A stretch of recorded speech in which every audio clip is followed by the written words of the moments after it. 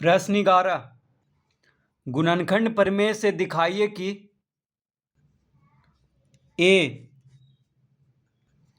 X का घात 3 minus 3x² plus 4x minus 4 का एक गुणनखंड x माइनस 2 है। तो लिखेंगे माना px बराबर x³ minus 3x² plus 4x minus 4। तो x³ minus 3x² plus 4x minus 4 को px के बराबर मान लेंगे तथा x माइनस 2 बराबर 0। तो x माइनस 2 का शून्यक निकालना है, तो x माइनस 2 बराबर 0 लिख लेंगे। तो x बराबर कितना आ जाएगा? 2 आ जाएगा। तो x माइनस 2 का शून्यक हो गया 2। अब x का मान जो आया है 2 वो x के जगह पे रखेंगे। तो px बराबर है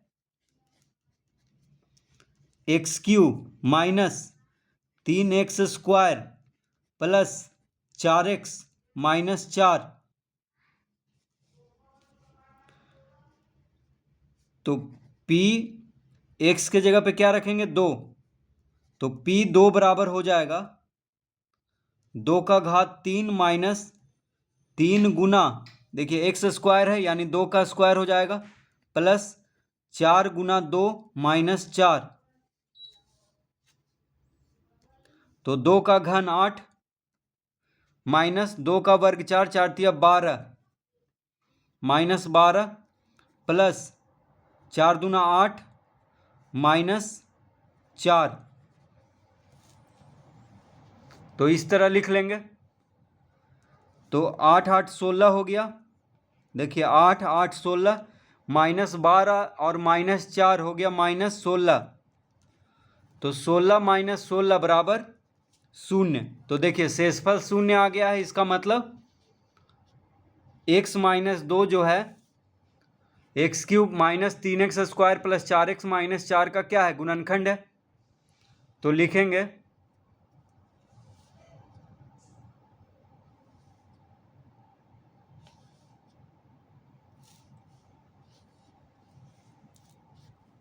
अतः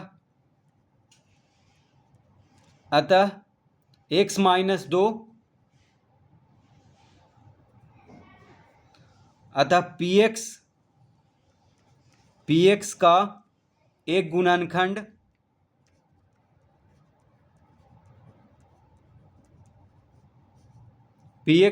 गुणनखंड x माइनस 2 है। तो px हम किसको माने थे? तो देखिए x³ minus 3x² plus 4x minus 4 को px माने थे। तो x³ minus 3x² plus 4x minus 4 का एक गुणनखंड कौन है? x माइनस 2 है, क्योंकि शेषफल 0 आ गया है।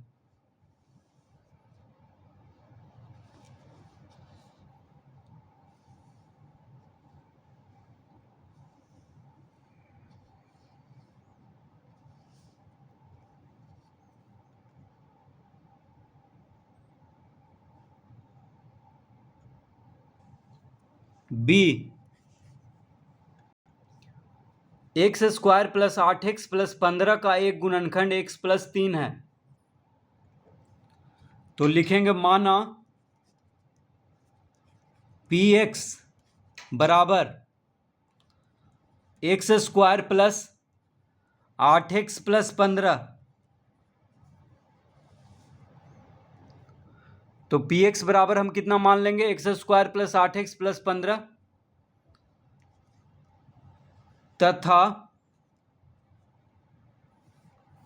तथा x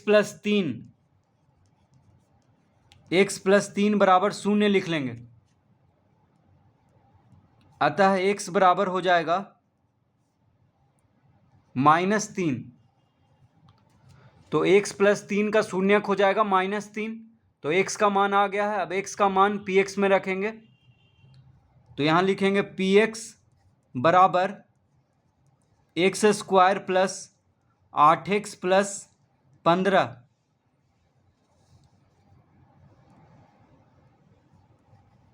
तो x के जगह पे क्या रखेंगे? -3। तो x का वर्ग है तो -3 का वर्ग हो जाएगा, प्लस 8 गुना -3 प्लस 15, तो -3 का वर्ग हो जाएगा 9, प्लस माइनस माइनस 8 तिया 24 और प्लस 15,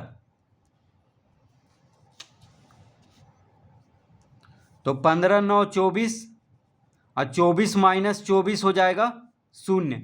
तो शेषफल 0 आ गया है। इसका मतलब x + 3 क्या है? उस बहुपद का यानी px का एक गुणनखंड है। तो लिखेंगे अतः px का एक गुणनखंड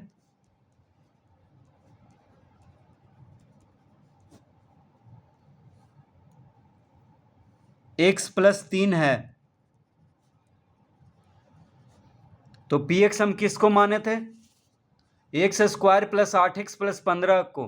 तो x² + 8x + 15 का एक गुणनखंड कौन है? x + 3 है, क्योंकि इसका शेषफल क्या आया है? 0 आया है। अगर शेषफल 0 नहीं आता तब x + 3 इसका गुणनखंड नहीं होता।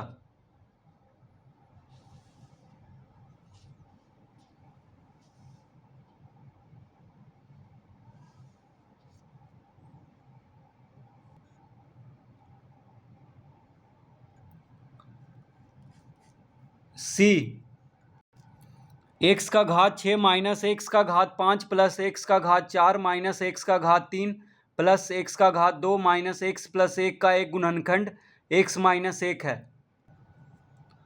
तो लिखेंगे माना px बराबर x का घात 6 माइनस x का घात 5 प्लस x का घात 4 माइनस x का घात 3 प्लस x का घात 2 minus x + 1।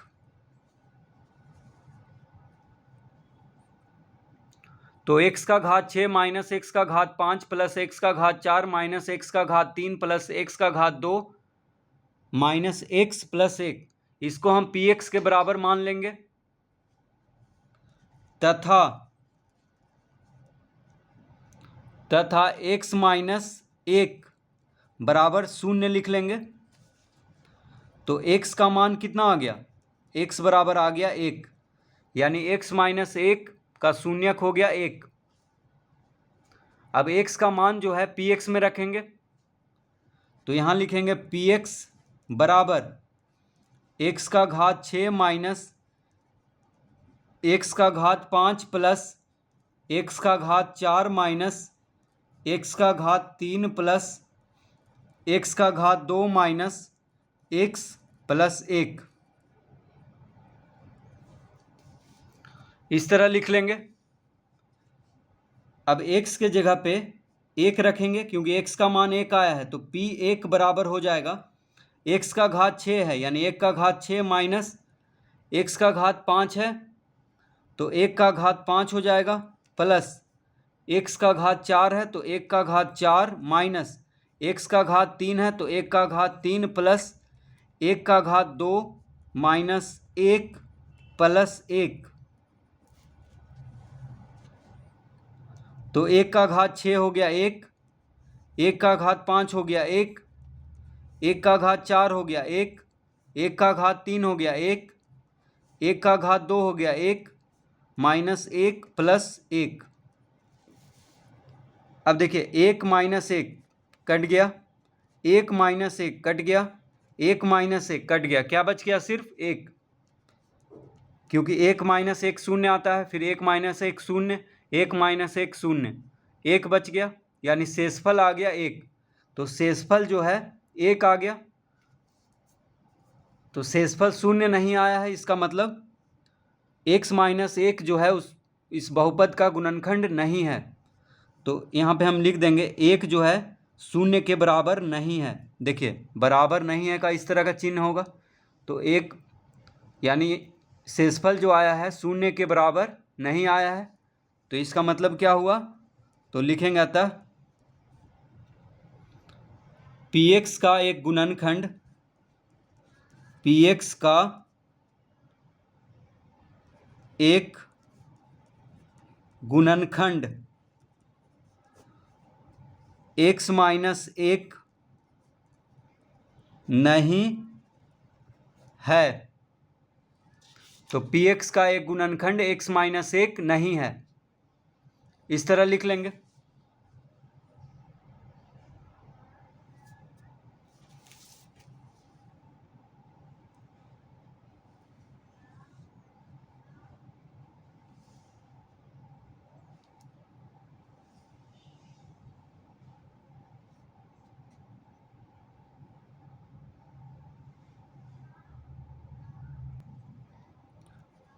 D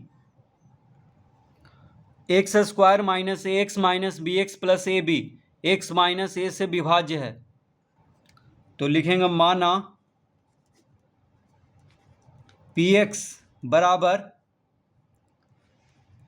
x square minus x minus b x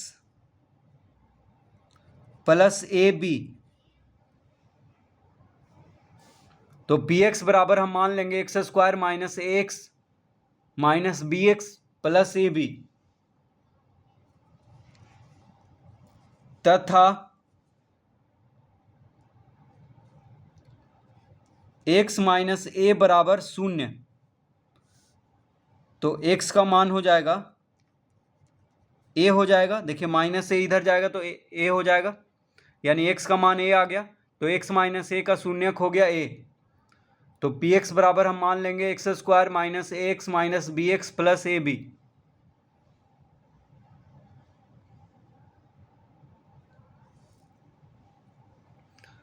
तो x का मान a जो आया है वो px में रखेंगे। तो px बराबर x square minus x minus b x plus a B.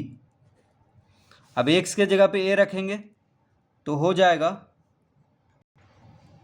P A, x के जगह पे a रखेंगे तो एक्स स्क्वायर है तो a स्क्वायर हो जाएगा माइनस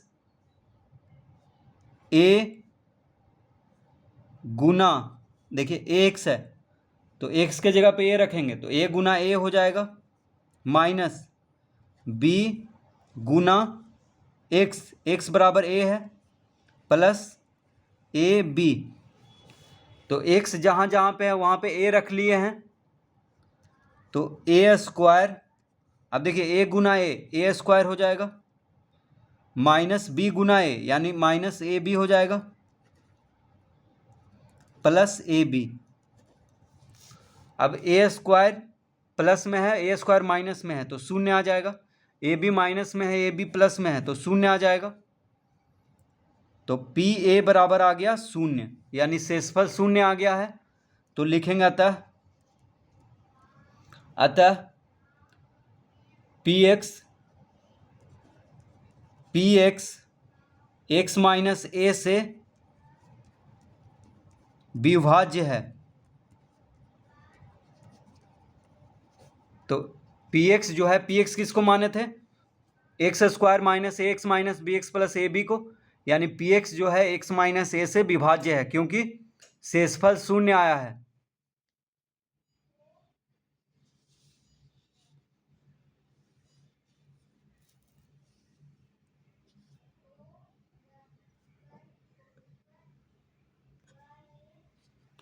ई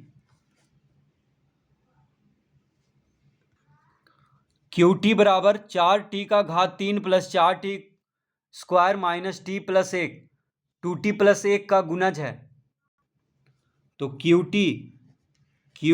टी बराबर दिया हुआ है 4t का घात 3 प्लस 4t का घात 2 माइनस टी माइनस 1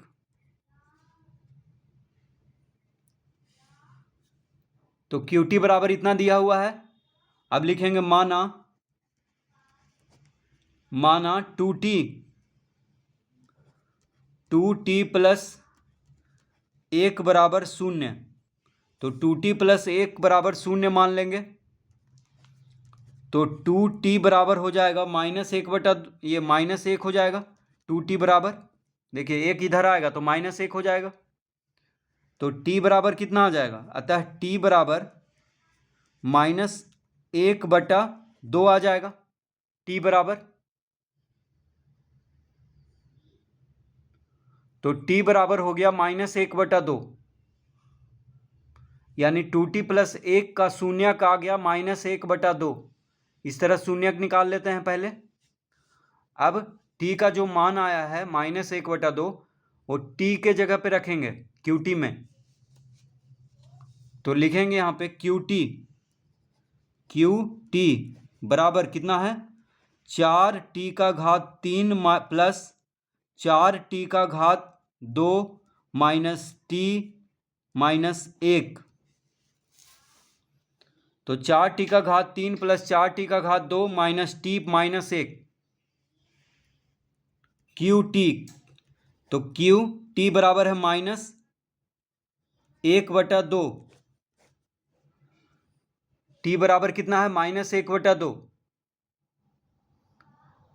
तो t के जगह पे -1 बटा 2 रखेंगे तो हो जाएगा 4 गुना t का घात 3 है, यानी -1 बटा 2 का घात 3 कर देंगे, प्लस 4t का घात 2 है तो 4 गुना t यानी -1 बटा 2 का घात 2 हो जाएगा, माइनस t है तो t के जगह पे क्या लिखेंगे? -1 बटा 2 फिर -1। इस तरह लिख लेंगे, जहाँ जहाँ पे t है वहाँ पे -1 बटा 2 लिखेंगे। तो हो जाएगा 4 गुना -1 बटा 2 का घन, तो -1 बटा 8 हो जाएगा, प्लस 4 गुना -1 बटा 2 का वर्ग, तो 1 बटा 4 हो जाएगा। फिर यहाँ पे माइनस माइनस प्लस हो जाएगा, फिर यहाँ -1 हो जाएगा। इस तरह लिख लेंगे। देखिए -1 बटा 2 का वर्ग हो जाएगा माइनस माइनस प्लस, 1 बटा 2 का वर्ग 1 बटा 4 हो जाएगा, और यहाँ तो माइनस ही रहेगा क्योंकि घन है, और यहाँ पे माइनस माइनस हो जाएगा प्लस।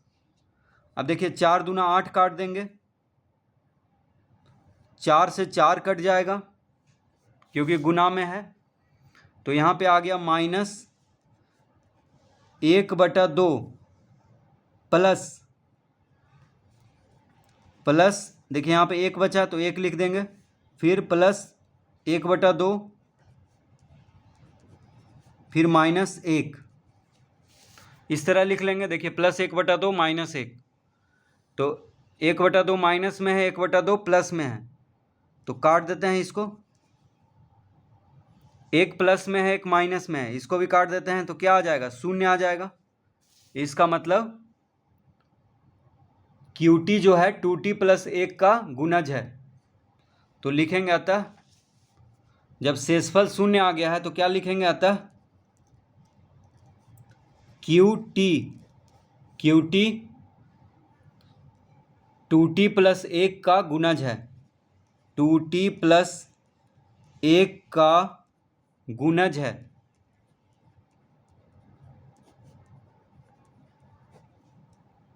तो QT क्या है? 2t प्लस 1 का गुणज है।